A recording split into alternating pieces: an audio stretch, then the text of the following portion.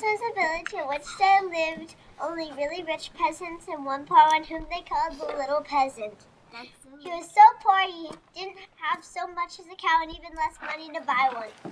And he and his wife did so wish to have one. One day he said to her, I have a thought. There's your cousin the carpenter. He can make us a calf out of wood and shape it and plane it and paint it brown so it looks like any other. And in time will surely grow and be a cow. So the cousin the carpenter shaped and planed the calf and painted it brown with its head hanging down or eating.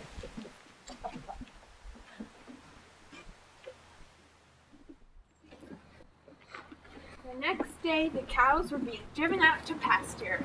Good morning, cowherd. I wonder if you could take my little calf here out to the pasture. She's so small, she can't walk by herself, so you'll have to carry her. All right. Heavy little devil, isn't she? Have no fear. I will watch over her well. So the cowherd took the calf out to the pasture and set it down in the grass. There you are, you cute little thing. That's right. Eat up. Just look at you eat. Soon you'll be so big and strong you'll be running around with the rest of the cows. You shouldn't be so tense. Ooh. Soon night came. All right, girls, time to go home. That's right, we're going home. See, no pushing. We're all going and we're all moving. This is what we call dirt, and it's time to go home. We're going home now. Goodbye. Goodbye. Bye-bye. But the little peasant was waiting at his door when the cowherd returned. Evening. Evening. Hey, where's my cow? She's still out in the pasture eating. But it's dark out there. Something might have happened to her. Well, I just thought she needed to eat.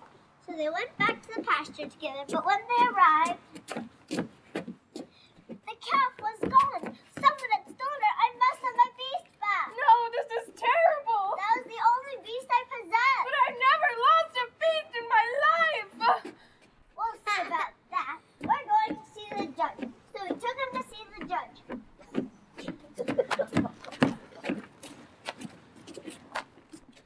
Your Honor, I had a baby calf and he took it out to the pasture and left it, and now it's gone. Well, that's true, Your Honor, but I just thought she needed to eat. You must give the little peasant a cow for the calf which you have lost. Justice. Thank you, Your Honor. Goodbye, Louise. I'm sorry, but it's you. I don't understand it either. The little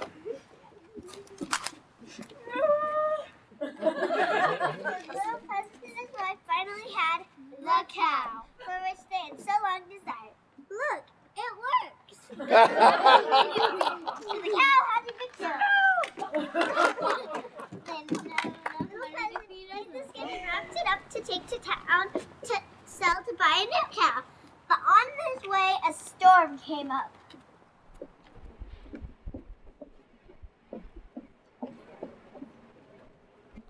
On the side of the road, the little peasant saw a raven with broken wings, so he wrapped it up in the cow skin to protect it from the weather, and went on his way. Then he saw a farmhouse with a light. Let me in. Who is it? A stranger caught in the storm. I'm sorry. I can't let you in. My husband's not at home. Be off with you. So the little peasant hid himself in the corner of the porch under a window, and through the window he saw the farmer's wife entertaining the parson. With roast meat, salad, A bottle of wine. and sweet cakes.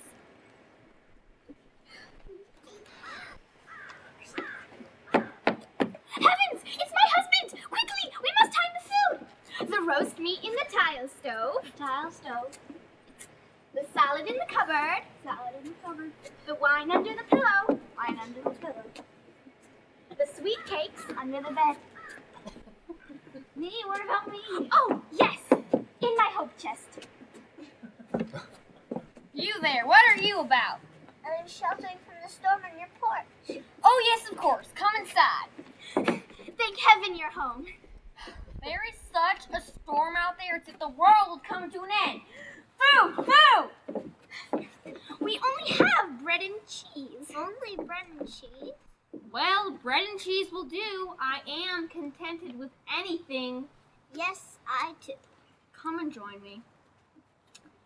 We'll eat, then we'll drink, and then we'll match wits. Good. You're stuffing my food into your cow skin. Why is that? I'm feeding the soothsayer that lives there. What? A soothsayer lives in the cow skin. He speaks sooth. Oh. Can he foretell anything? Yes, but he only says 4 things, and the 5th he keeps to himself.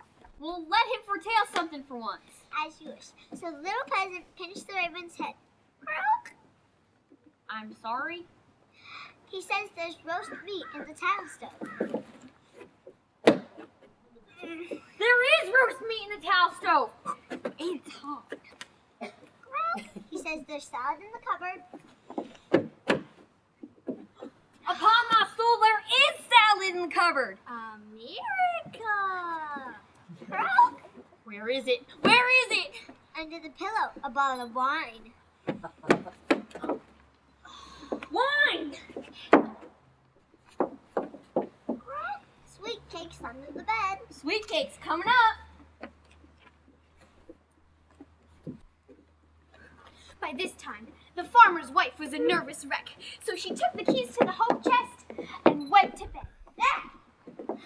And went to bed. So, what is the 5th thing? We better eat the 4 things first, because the 5th is something bad. So they ate. And they bargained to see how much the farmer would pay for the 5th prophecy. Come, sooth is expensive. $300. Done. Croak. What? Croak. Where? Croak. Speak again. Speak soon. Croak. He says the devil is hiding in your wife's hope chest. The devil? Satan himself. The devil must go out of my wife's chest. Cast him out. He's locked himself in. Aye, they'll do that. They're sly. Where are the keys? Wife! Wife! Yes, husband? Give me the keys. Keys? Yes, the keys to your chest. What do you want my keys for? You can't have my keys. They're my keys and it's my chest. Yeah.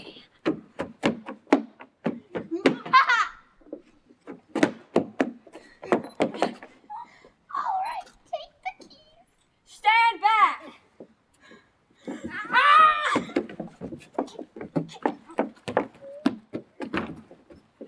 It was true. It was true. I saw the devil with my own eyes. He looked a lot like a parson. Went home with $300, and he launched out and bought himself a new piece of land and a brand new house. The little peasant must have been to the land where it snows gold. And they carry it home by the shovelful. So he was brought before the judge. Where he was bidden to tell from whence came this newfound wealth. Well, Your Honor, I sold my cow skin in town for $300.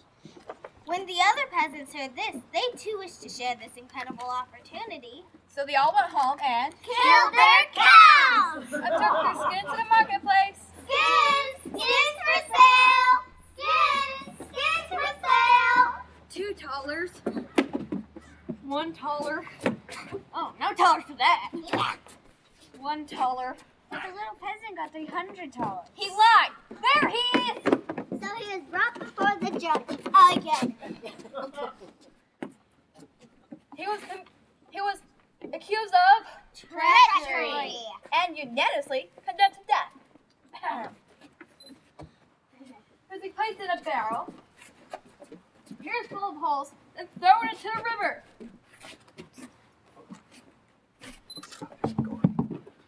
The villagers withdrew, And the parson led in the final mass. Here Jesu Domine, dona eius requiem. Here Jesu Domine, dona eius requiem. Through a hole in the barrel, the little peasant saw the farmer, who he had always wished to be mayor. Sure wish I could be the mayor. Help, help, you're the sheep, here in the barrel. Upon my word, sir, what are you doing in that barrel? They wish to make me mayor if I'll stay in this barrel, but I don't want to stay in this barrel. I've always wanted to be the Well, mayor. then get in the barrel. So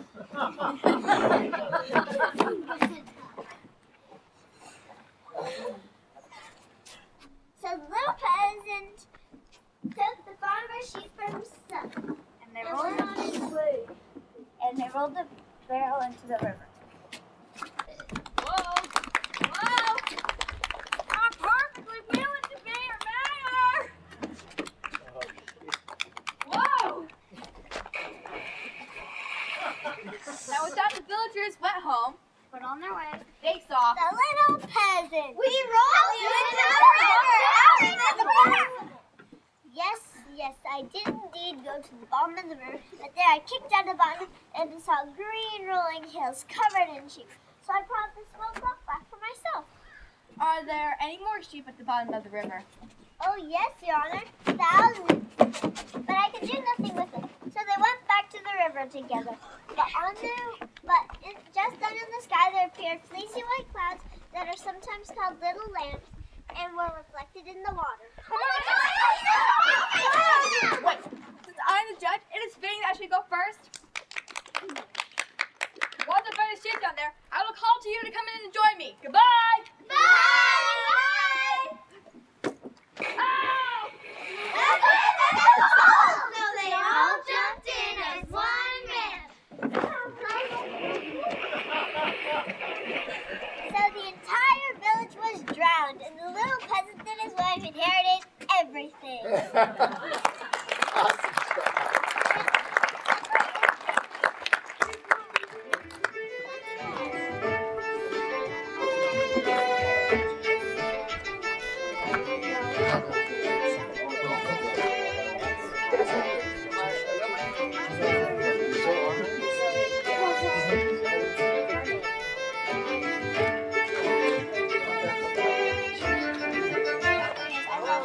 The Bremen town musicians. A certain man had a donkey which for many years carried sacks of flour. At last, however, its strength gave out, so its owner began to cut down on the donkey's rations to do away with the beast entirely.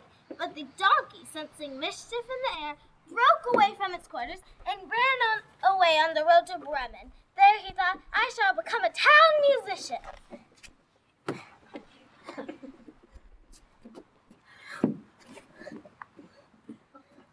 Why are you panting so, Growler? Just because I'm so old, and every day I get weaker all the time. My master wanted to kill me. I'll tell you what, Growler. I, myself, am on my way to Bremen, there to become a town musician. It occurs to me that you can come along too. I shall play the lute, and you can beat the kettle drum. Boom, boom, boom. Yes! Yes! Let's be off!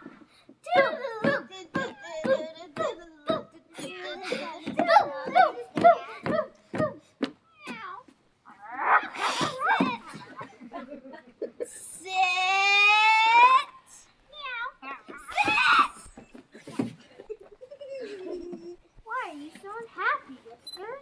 Who can be happy when he's out at elbows? I'm getting along in years. My teeth are blunted out, and I prefer to sit by a nice warm fire and purr rather than hunting around after mice. Did you ever taste a mouse? Just because of this, my mistress wanted to drown me. Well, sir, I may have a suggestion for you. We two are on our way to Bremen, there to become town musicians. It occurs to me that you can come along too. All right. Let's be off then.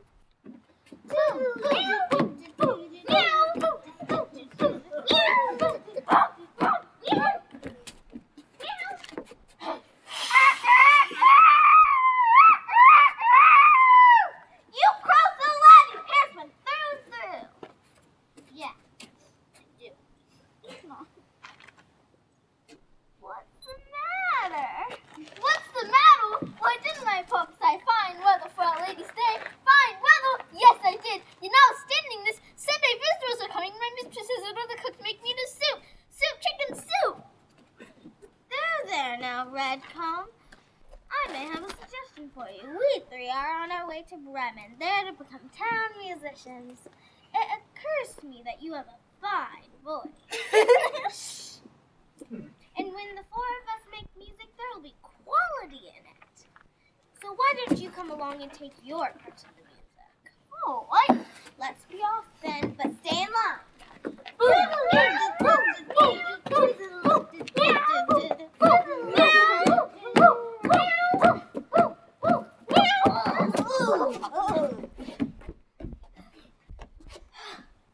It's obvious we can't reach Bremen in one day. Why don't we stay here? So the donkey and the hound lay under a tree, And they all lay down. while the rooster flipped from top branches. A light! I see a light, dog! Dog, I see a light! It must be a house!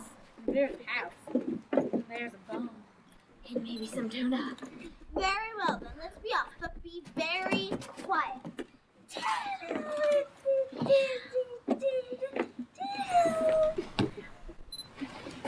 Perhaps I should look in the window before we just barge in there. Watch out! Be careful. What do you see? What did I see? Why is our table laden with delicious foods and drinks? And the robbers enjoying it. Oh. And it must be us. It could be us. I have a plan!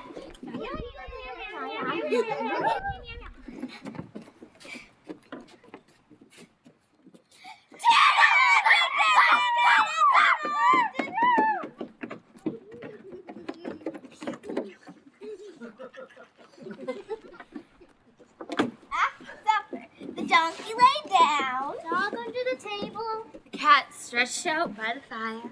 And the rooster flipped the top waffles and extinguished the light.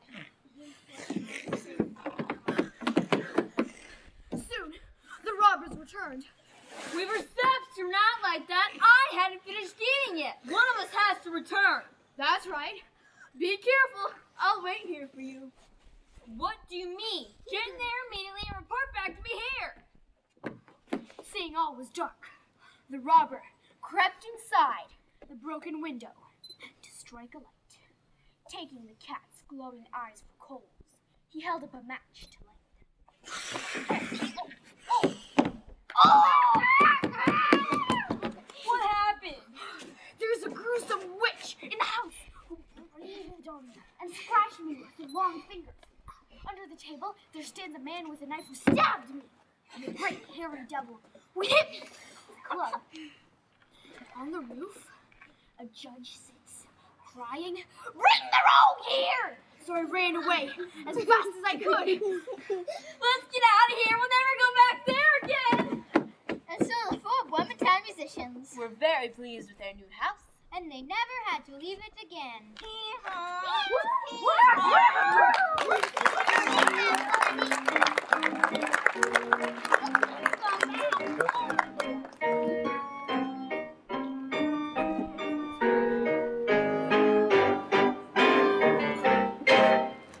One dark night, two regiment in the graveyard. Milton, Lawrence, where are you going? I'm going over to that field to steal me a nice fat sheep. What are you doing? I dig up nuts I buried under my dear mother's head. What kind of it? Walnuts! That's my favorite nut. I tell you what, you share that sheep with me, and I'll share up my walnuts with you, and we can have a feast! All right.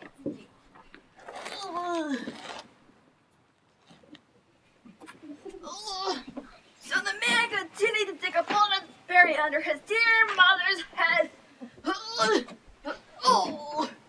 Finding the nuts, he crossed the porch of the church to eat them.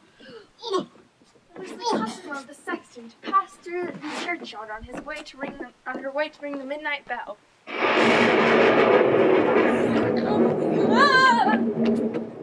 Parson! Parson! Why me? At this time, I ask the Lord, here's your parson. There's a monster in the graveyard, chewing on the bones of the dead! Come find me! No, Parson! I must go to ring the midnight bell! Yes, you go ring the midnight bell. I'll wait for you here. No, Parson! You must come with me! No. Yes! No. Yes! I cannot come with you. I have this terrible gout upon me. I cannot walk a step. I'll carry you! All right, then let's be off. So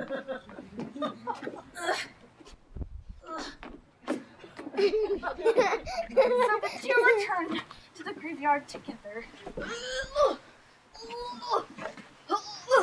That man thought it was his friend for trading with the sheep. Hey, is he the fat one? Yes! And you can have him! What?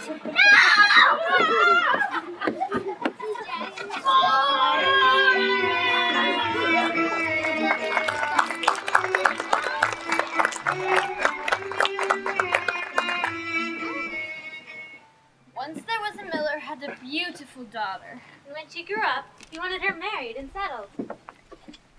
If a proper bridegroom comes along, I will give her to him. One day a suitor did come, and he seemed to be rich. Since the miller could find nothing wrong with the man, he promised his daughter to him. The maid, however, did not like him as a bride ought to like her bridegroom, nor had she any faith in him. Whenever she looked at him or thought of him, a shudder came over her. One day he said to her, "You are my betrothed, and yet you never come to see me." I don't even know where your house is.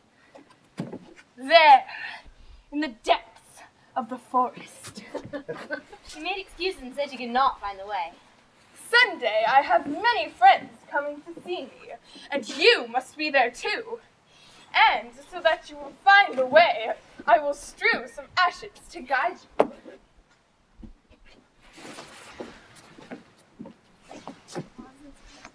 Sunday, don't forget. When Sunday came, the maid was frightened, but she did not know why. At the entrance of the forest, she found a track of ashes and followed it. But every step or two, she scattered the peas and lentils to the left and to the right, so she may be able to find her way back again. She walked and walked all day, and till she reached the middle of the forest, where it was almost dark. There she saw a solitary house, where not a soul was to be seen. She went inside, but there was no one about, and there was dead silence. Suddenly, a voice cried, Turn back, thou bonny bride. Shorten this house of death and thine. The voice came from a bird in a cage. Again it cried, Turn back, thou bonny bride. Shorten this house of death and thine. She ran from room to room, but they were all dark and dismal. At last she came to the cellar, and there she found, An old woman with a shaking head. does my bridegroom live here? Alas, poor child, you don't know where you are. You are in a murderer's den. You came here for marriage, but death will be your marriage. Come here. Look, I filled this cauldron with water, and when they return, they will kill you without mercy, cut you to pieces, cook you, and then eat you. For they who live in this house are eaters of human flesh. Unless I take pity on you, you are lost. That way, quick, behind the big wine cask. The murderers returned, bringing with them a maiden. They gave her 3 pouches of wine to drink. One was red. One was white. And one was yellow. And the maiden fell dead. One of them was just the gold ring of the dead girl's little finger. But as he could not pull it off, He took an axe. And he chopped it off, Finger bound him. and fell into the lap of the bride.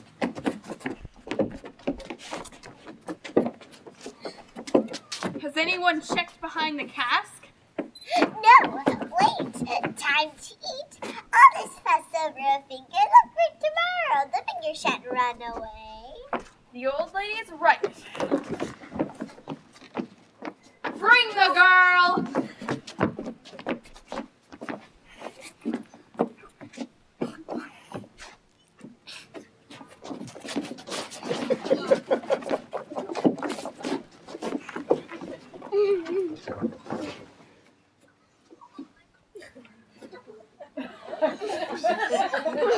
My dear, here's your chance to escape. No, come with me. You have only the chance to escape this house.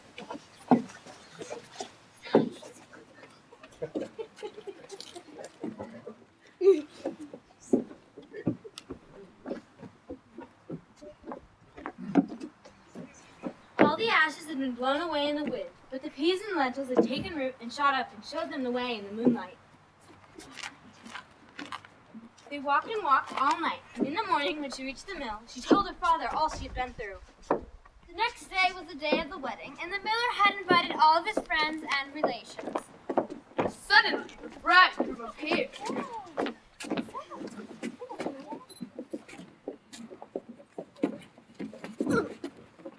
All of the guests were asked to tell a little story. In turn. Come, my love. You've been so quiet. Now it is your turn to tell us a story. I will tell you a dream I had. I dreamed I was walking in a wood, and I came to a solitary house, where not a soul was to be seen. A cage hung on a wall, and in it a bird was cry, turn back, thou bonny bride, nor in this house of death abide. It was only a dream, my love. I walked from room to room, but they were all dark and dismal. At last I came to the cellar, and there I found an old woman with a shaking head. Does my bridegroom live here? I asked. Alas, poor child, you are in a murderer's den. Your bridegroom does indeed live here, but he will cut you to pieces, cook you and eat you. This is only a dream, my love. Then the old woman hid me behind a wine cask, and no sooner had she done so than the murderers returned, dragging with them a maiden. They gave her 3 pouches of wine to drink, 1 red, 1 white, and 1 yellow. After drinking them, the maiden fell dead. My love, I was only dreaming this. Then one of the murderers noticed a gold ring on the girl's little finger, but as he could not pull it off, he took an axe and chopped it off. The finger bounced into the air and fell behind the wine cask and into my lap. Here is the finger with the ring, my love. When the bridegroom heard this, he turned as pale as ashes and tried to escape. The guest fell upon him And executed him on the spot.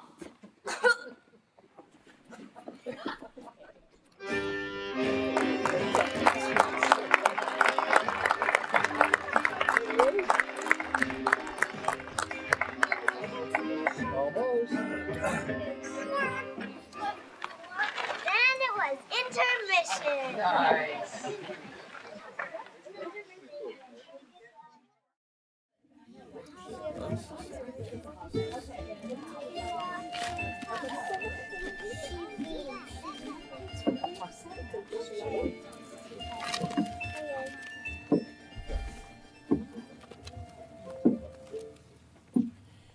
One day, an old man and his wife were sitting in front of their miserable house, resting a while from their work, when suddenly a splendid carriage pulled by 6 black horses came driving up.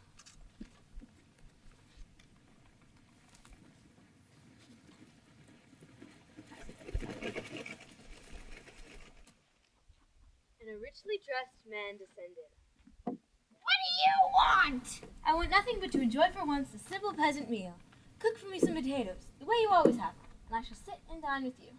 You are a count, or a prince, or perhaps even a duke. But fine gentlemen often have such fancies. You shall have your wish. And the old woman went to the kitchen to prepare the dish. And the old man led him into the garden, where he began to tie up young trees to stakes he had driven into the ground. Have you no children who could help you with your work? No, 'tis true I had a son once, sharp, knowing, full of bad tricks.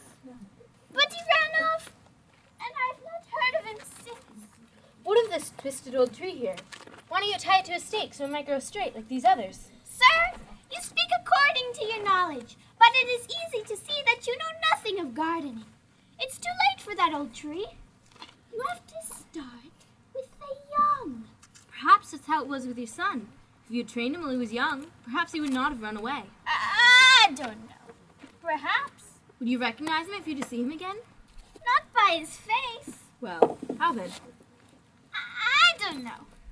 He had a mark about him. A mark? What sort of a mark?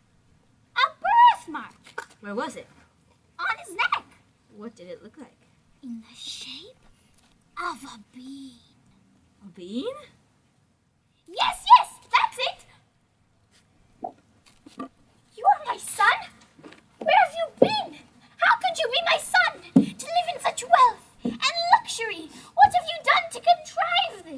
I have become a thief.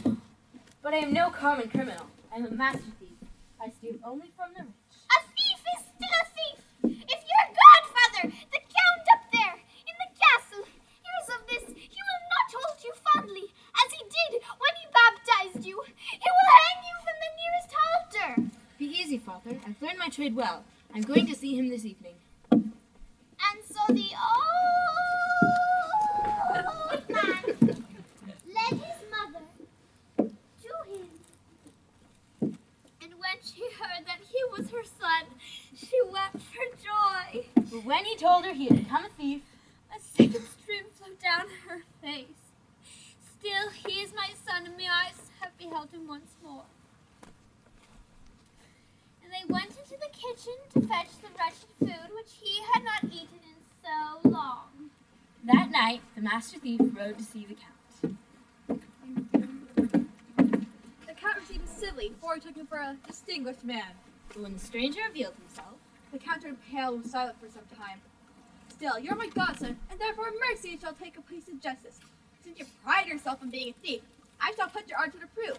But if you do not stand to the test, you must marry the rope maker's daughter, and the croaking of the raven shall be your music on the occasion. Lord Count, think of these 3 tasks as difficult as you like. If I do not perform them all, do with me what you will. You shall steal the horse that keep my own writing from out of the stables, and you shall steal the sheep from beneath the bodies of my wife and myself while we are asleep, without our observing it, and the wedding ring on my wife as well. And you shall steal from out of the church, the parson and the clerk. Mark what I am saying, for your very life depends on this. That night, the master thief put on the garments of an old woman. Into a bottle of old Hungarian wine, he mixed a powerful sleeping potion. And, with slow and tottering steps, he made his way to the courtyard of the count. Halt! Who is there? Oh, just an old woman. What do you got in your bottle, mother? A bottle of fine wine. Well, let's have some. I live by trade. For money and kind words, I'm quite ready to let you have a glass. Well, here's some money then. Me too! Me 3! I'm afraid I'll have to trade you for what I'm sure is along the way to kiss. Oh, a double party for you, my son. What duties do you perform for our lord, the count? We guard the count's horse. Oh! 2 men held the bridle. Another held the tail. And the third sat on the horse's back. And very soon They all fell asleep. The master thief placed a rope in the hands of the men holding the bridle. A wisp of straw went into the hands of the man holding the tail. But what of the man on top of the horse?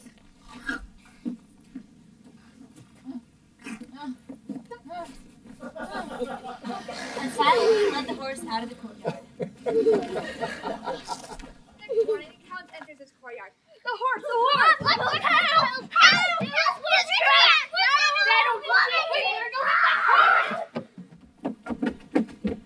Nearly done, I must say. I trust things will not go as well for you the second time. Remember, cheat in the ring. And I warn you, if you come before me as a thief, I will handle you as I would a thief. That night, the master thief made his way to the gallows. There, he cut down the body of a poor sinner who was hanging from the nearest halter and carried it to the count's castle. He set a ladder against the count's bedroom window and, with the corpse on his back, he began to climb. As the countess was returning to bed, she clasped the ring with the wedding ring's head, saying, "Husband, you think the thief will come?" Yes, all the doors are locked and bolted. If he comes through this window, I shall shoot the thief. The master thief lifted the corpse higher and higher until its head showed through the count's bedroom window. Bam! I shot the thief! Ah! Huh, Are stupid you thief. sure? Yes, he's lying there dead. I must go down and bury him. Husband, send the ghost to stay alone. Stay here and make calm, my dear. And you always say that. The master thief entered the dimly lit corridor, disguised as the count himself. Husband? Remain calm, my dear. What if the thief? have shot my own godson. Don't feel sad, my dear. I feel better now, but I must give the thief a proper burial. Give me the sheet so I may wind his body in it. Don't reproach yourself. I don't. Ah, wife, a fit of magnanimity has come upon me. The thief so much wanted the ring. Give it to me so I may bury it with his body. Countess Isobel has been so willing that she'd do the right thing all day.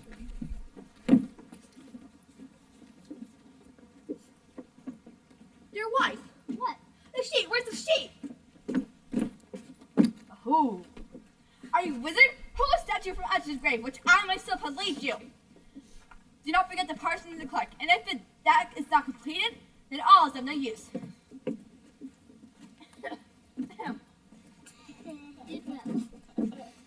That night, the master thief made his way to the churchyard.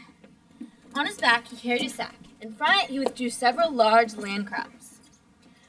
On the backs of these curious creatures, he melted bits of wax candle, and, lighting each candle, he allowed them to scurry about in and among the gravestones. As the clock struck 12, the master thief entered the church and climbed the steps of the pulpit. Hearken, hearken! The end of all things has come! Judgment is nigh! Hearken! The parson and the clerk were the first to hear. I am Saint Peter. I am he who opens and shuts the gates of heaven. Look about you in the courtyard. See how the deserted souls scurry to and fro in search of their bones. Something strange is going on in the churchyard. If you would join me this night in paradise, come into this sack. Parson, I think we should take advantage of this truly incredible opportunity. Come into this sack. The master thief closed up the mouth of the sack and carried it down the church steps. Why is it so bumpy? We are going over the mountains. Why is it so wet? We are going through rain clouds. Why do I feel so sick? Because you're a sinner. Finally, into the pigeon coop of the count. The count hanger ruckus in his pigeon coop went to investigate. Why, your grace, you made it too. You're an archthief, and you have won your wager. You have escaped the whole skin. But see to it that you leave my land at once. For if you ever set foot on it again, you can count on your elevation to the gallows. The master thief took leave of that country, went forth into the wide, wide world, and no one has ever heard of him since.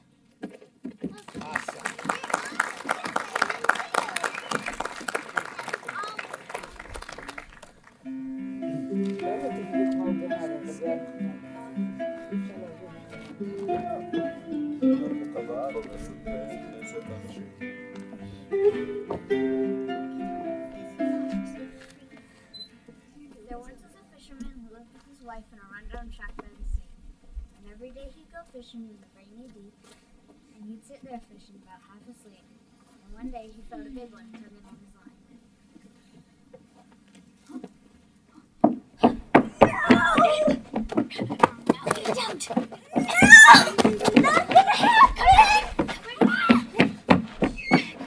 I'm gonna get you.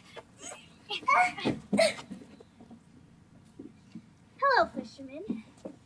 I'm no common flounder. I'm an enchanted prince. Throw me back into the water. I shan't be good to eat. That's all right. I'll throw back all fish that talk.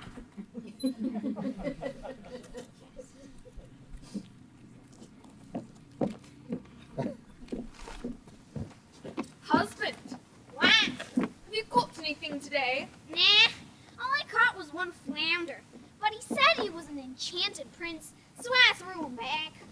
Did you not wish for anything? No? What was there to wish for? Isn't it bad enough that you have to live in this wretched, filthy hovel? You might as well at least wish for a nice, clean cottage. He would surely grant you that. No, wife. What am I to go back there for? Well, it wasn't you who caught him and then threw him back again. So be off with you. Go and ask. The fisherman found the sea no longer bright and shining, but dull and green. Flounder, flounder in the sea, prithee hearken unto me.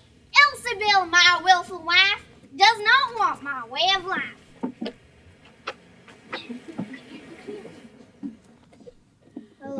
fisherman. Hello, Flounder. I had to call you back, for my wife said that since I was the one who caught you, I should have wished for something. Of course. What would she have? She wants a nice, clean cottage. Go home. She has her wish fully.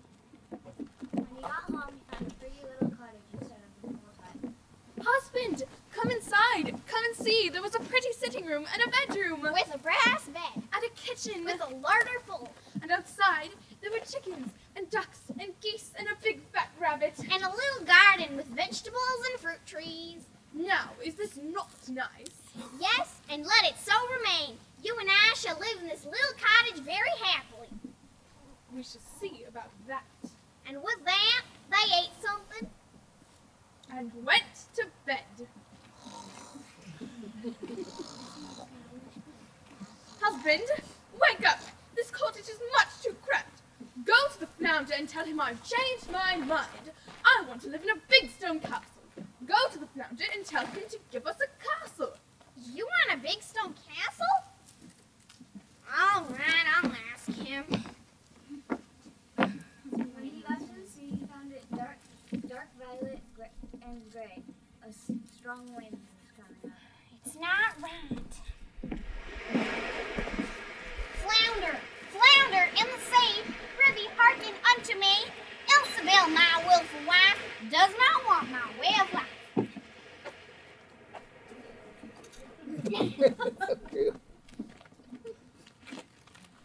What now, fisherman? My wife has changed her mind. She wants to live in a big stone castle. Go home. She's waiting at the gates of it. When he got home, he found a big stone castle. Husband, come with me. The walls were hung with beautiful tapestries. Rich carpets covered the floors. The rooms were furnished with golden chairs and tables. Crystal chandeliers hung from the ceilings. The tables groaned under every kind of delicate food and most costly wine. And everything that one could wish for. Now, is this not worth having? Yes, and let it so remain. You and I shall live in this beautiful palace and be content. We shall see about that. And with that, they went to bed.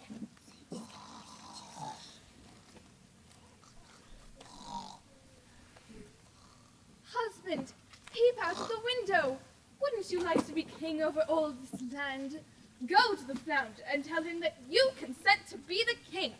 No, I don't want to be king. What? No, why should I want to be the king? All right.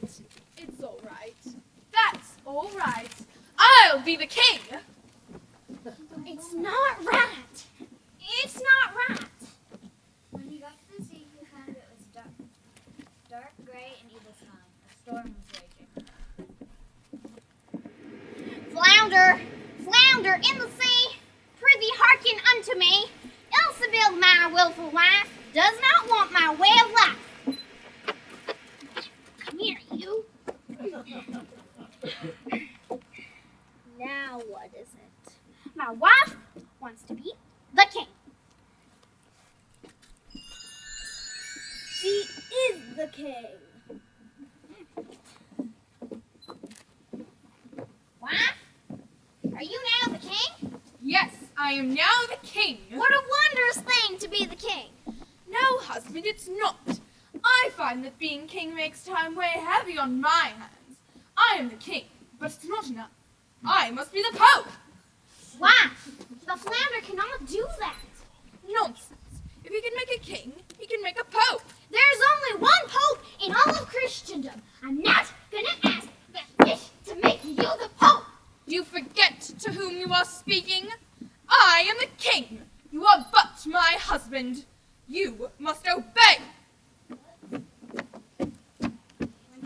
it grew as dark as night, leaves fell from the trees and foam dashed upon the shore. In the distance, you could see ships being tossed to and fro on the waves. Flounder, flounder in the sea, prithee hearken unto me. Ilsabel, my wilful wife, does not want my way of life. Come here, come here.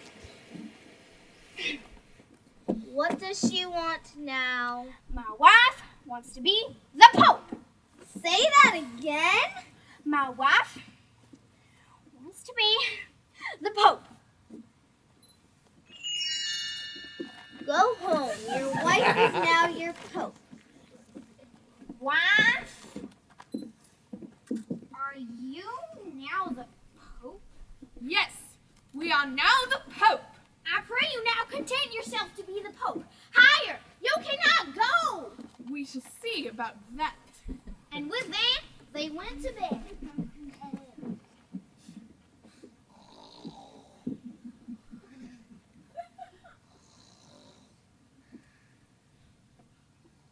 Why cannot I cause the sun and the moon to rise? Why, husband, wake up!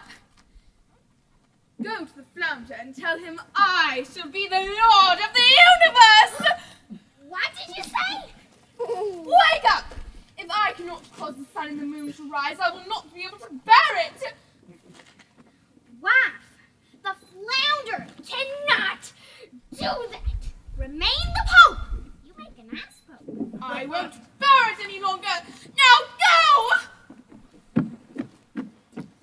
He went to the sea and he found the sea was ran in dark, black waves, foam, mountains of foam, and mountains of foam.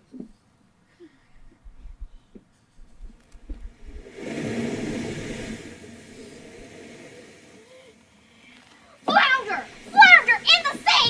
Prithee hearken unto me. Ilsebil, my wilful wife, does not want my way of life.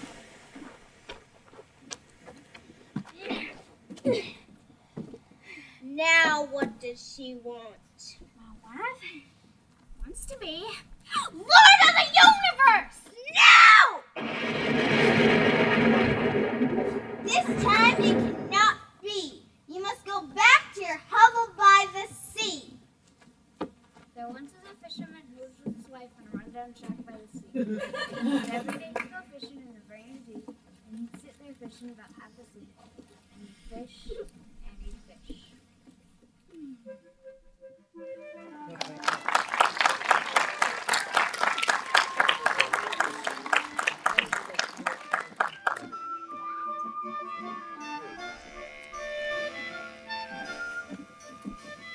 A fox came to a meadow to find a flock of fine, fat geese.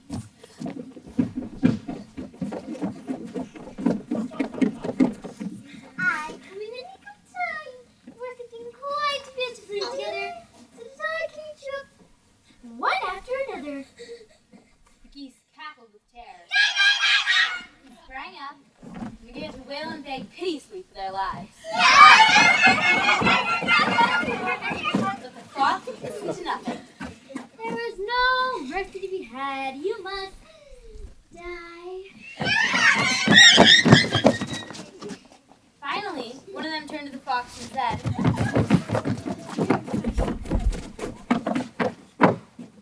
If we poor gays are to yield up our lives, show us the only possible favor, and allow us one less prayer, so we may not die in our sins. Then we will place ourselves up in a row, so you yourself can pick out the fattest. Yes, that is a reasonable answer. Right away, I'll wait till you're done. Then the first goose began a nice long prayer, forever saying, Ga, ga, as she would make no end. The second followed her, also saying, Ga, ga. The third and fourth followed her, and soon they are all cackling together. When they are done praying, the story shall be continued further. But at present, they are still praying together unceasingly.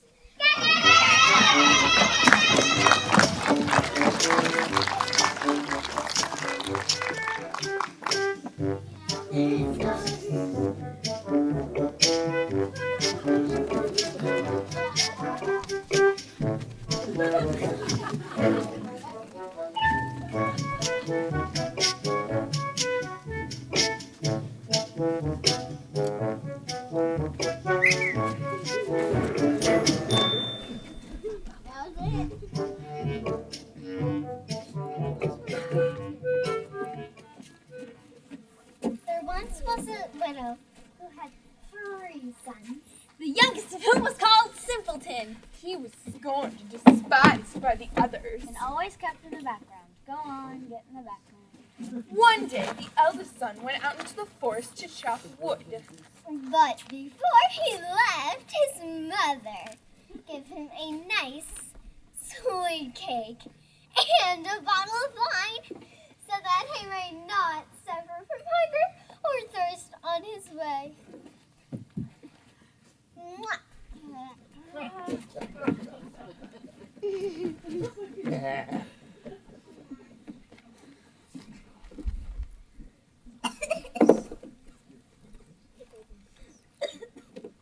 Suddenly, there was a little gray man. Good afternoon, kind sir.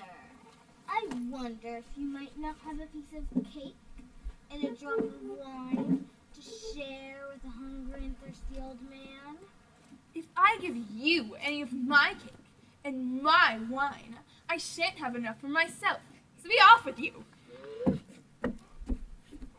1, 2, 3. Ah, my arm! This was no accident. This was caused by a little gray man. So the second son had to go to the forest to cut wood. But before he left, his mother gave him a nice sweet cake and a bottle of wine so that he may not suffer from hunger or thirst on his way. Mwah.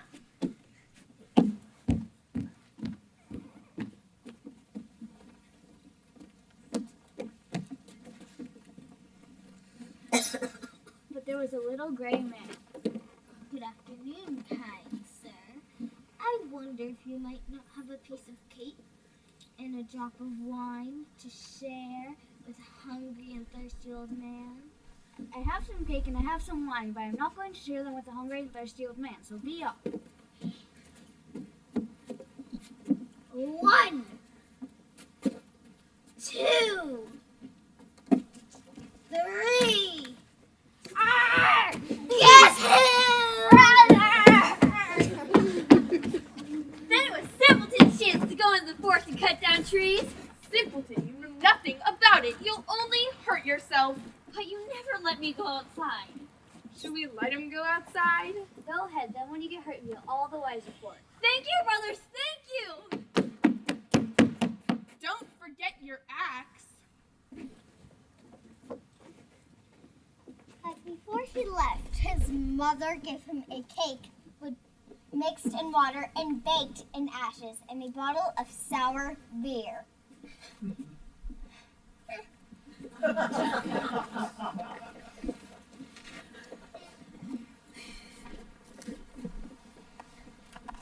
Good afternoon, kind sir. Hello? I wonder if you might not have a piece of cake and a drop of wine to share with a hungry and thirsty old man. I'm afraid all I have is cake mixed with water and baked in ashes and a bottle of sour beer. But if you like such fare, I'll be glad to share it with you. You have shared your simple meal with me, so I will bring you luck. Over yonder in the forest, there stands a tree. At its roots, you'll find something. So saying, the little gray man disappeared.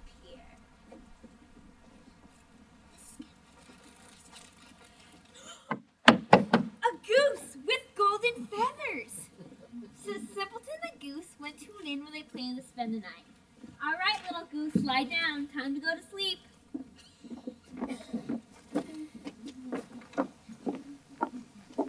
The innkeeper had 2 daughters, and when they saw the golden goose, They wondered how their bird could be. and wanted to get one of its golden feathers.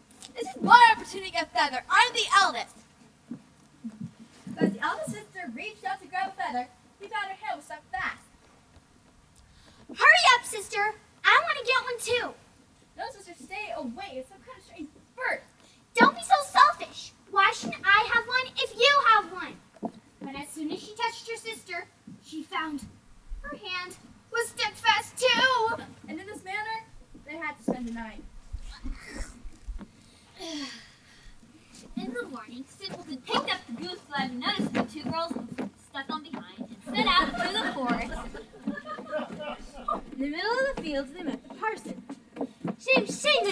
girl, chasing after the young man like that. Come away! Come away at once! If you don't come away, I shall pull you away!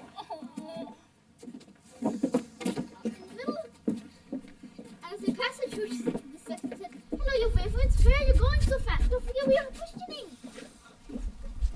By and by, they came to a town.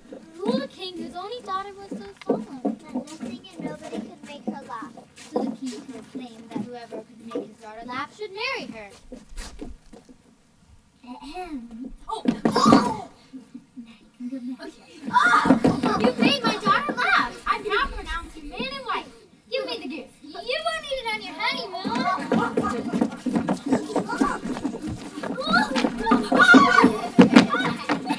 Hey! 1, 2, 3!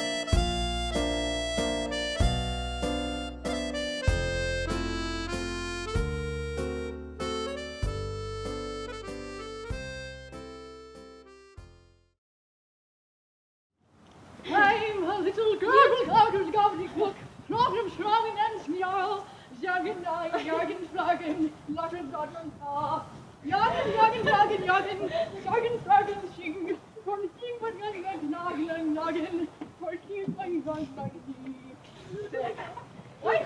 Did you get that on film, Dad? You bet.